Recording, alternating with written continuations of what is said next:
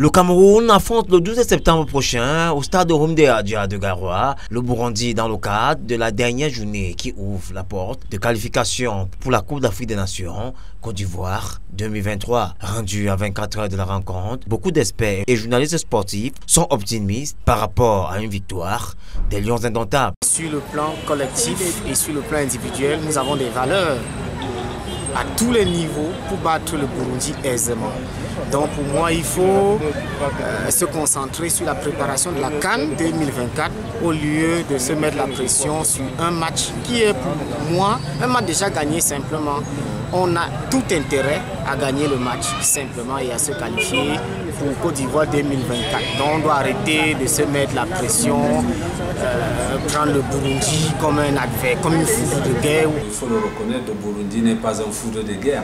Et c'est le Cameroun qui joue à domicile dans le chaudron de Rumde Adja. Ce sera un match captivant, intéressant. Et un match auquel les Lions devront, n'est-ce pas, tenir les hirondelles par la gorge.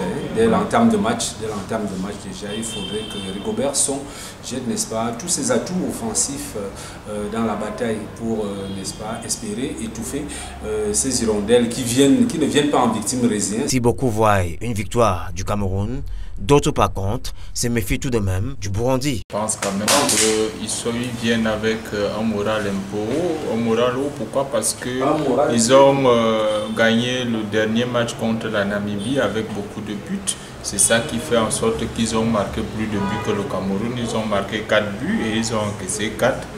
Vous savez déjà que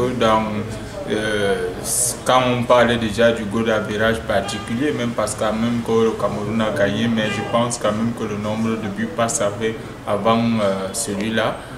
Ils ont 4 buts, c'est peut-être pour ça qu'ils se disent qu'ils pourront gagner, ils pourront peut-être marquer beaucoup de buts ou venir imposer un match nul au Cameroun à domicile. Pour cette autre rencontre face au Burundi, certains experts font même déjà le probable 11 entrant. À la pointe, nous aurons Vincent Aboubakar, Minga Male, de l'autre côté, Brian Bemo, et puis Choupo-Moting qui va jouer entre Aboubakar, Vincent et Anguissa, bon, au milieu des terrains.